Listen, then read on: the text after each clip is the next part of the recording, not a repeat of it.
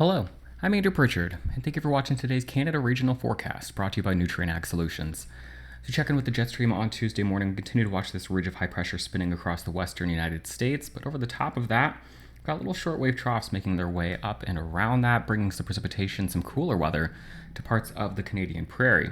As we head through the next couple of days, this will be checking in here on Thursday evening. We'll continue to watch a similar picture here, the ridge kind of broadening across the central United States, allowing some heat to build there. We'll turn our attention to this trough that's off the Pacific Northwest coast right now. As we get into the weekend, this is going to begin to lift up and over the top of this ridge of high pressure into the Canadian prairie region, kind of flattening out the jet stream, and that's going to bring some changes to some areas that need a little bit of change here across the Canadian prairies.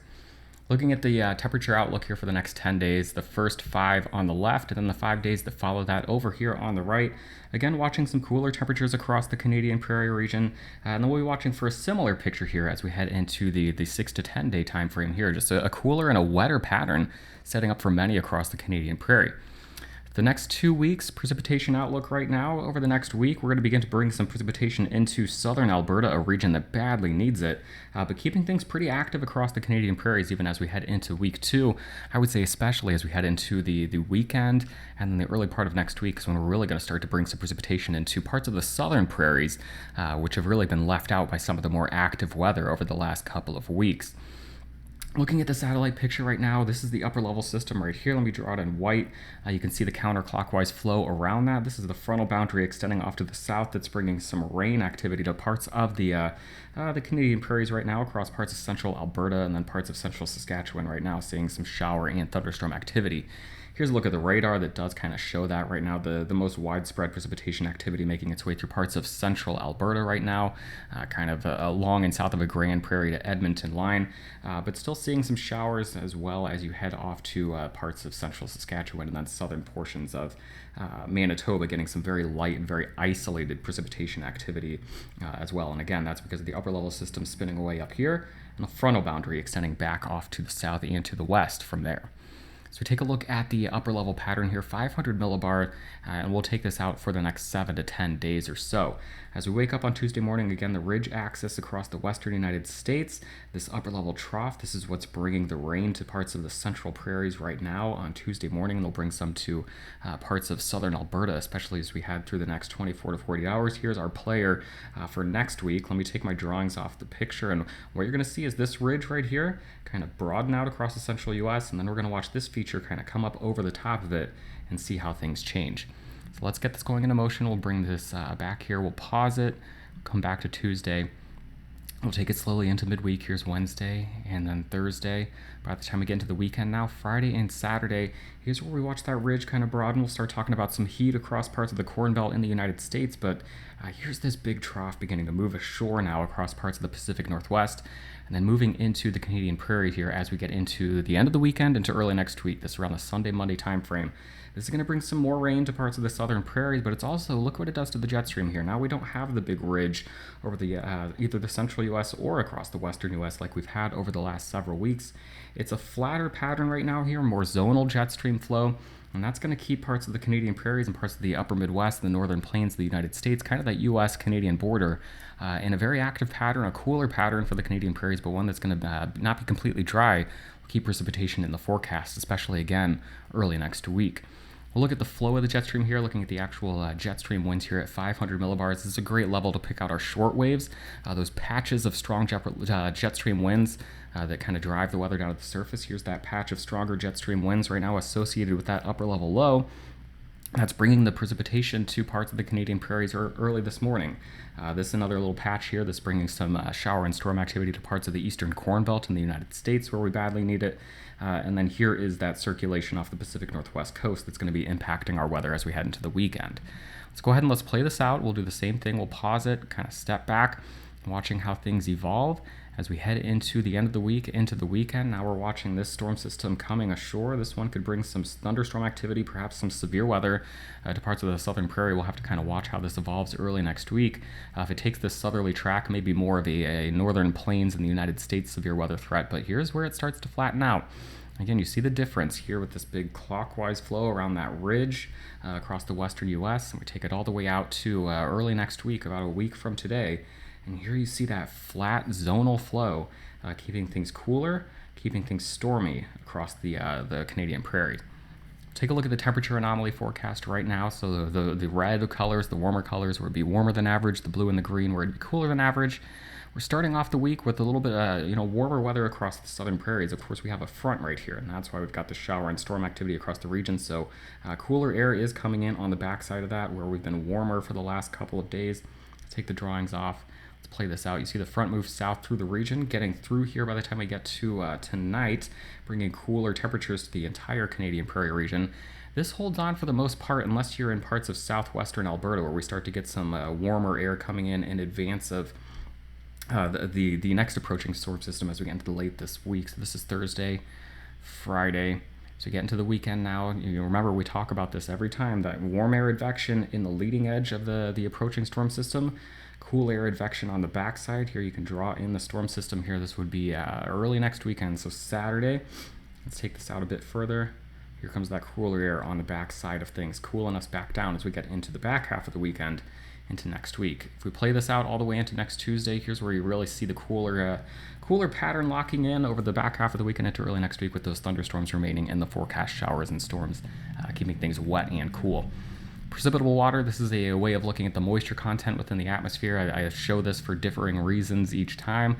Right now I want to draw your attention to the front right now, bringing in drier air on the backside of that. Here's our warmer, unstable air mass, that warmer and humid air that we've got in place today. As we play this out, I'm going to go ahead, we'll bring it back starting on Tuesday. That front clears the region Wednesday, but what I want to point out is, here's the upper level low right now. Here's the front kind of coming off the backside right here. That's the drier air punching in. And I'm drawing that up here because I want to show this front doesn't clear the entire area. It doesn't, erode the moisture or kind of squeegee the moisture all the way down into the U.S. Instead, the front stalls out a bit, and we're pumping moisture back in across parts of the high plains, and then, that's what keeps the rain in the forecast. Let me just show you what I mean here as we play this out. Taking it into the weekend, into next week, we're pumping moisture back into the region ahead of that next upper level storm system that's coming in from the north or from the west. So that's what keeps it, as a cooler pattern as we get into the weekend, but it's not a dry pattern. We're going to keep the rain in the forecast. It's a cool and a wet pattern as we head into the last half of the weekend into early next week. Looking at the instability forecast here, this is again the fuel that drives the thunderstorms. Not talking about much in the way of severe weather. Very low instability as we head through the afternoon today. So that front that's moving through the region, not going to have much to work with. It may be an isolated strong storm across parts of southern Alberta as we head to Tuesday afternoon and evening. Playing this out, though, through the rest of the week. Here we go into Thursday. Some low instability, perhaps an isolated strong storm on the high plains of southwestern Alberta Thursday afternoon and evening. Same story on Friday, talking about some low instability values across southern Alberta into southern Saskatchewan. That is in advance of this approaching storm system off to the west. So again, maybe a Friday and Saturday severe weather threat across parts of the southern prairie region. But then as we get into next week, again, bringing cooler temperatures in, that's going to keep us pretty stable. We'll keep rain in the forecast, but it's going to be more of the rain and the shower variety than from the severe weather variety, which is, of course, some good news. If we're going to work on that precipitation deficit, best to do so without bringing in some large hail and gusty winds, or worst case, a tornado. Here's the severe weather outlook then for the afternoon and evening today. Again, a very low risk for maybe an isolated strong storm south of the Calgary area in southern Alberta. Otherwise, not talking about much in the way of severe weather over the next 7 days in the Canadian prairies. I would say the exception going to be maybe Friday and Saturday. We'll have to watch that approaching storm system as we get closer to the weekend. But of course, I'll have another Canadian region forecast Friday morning.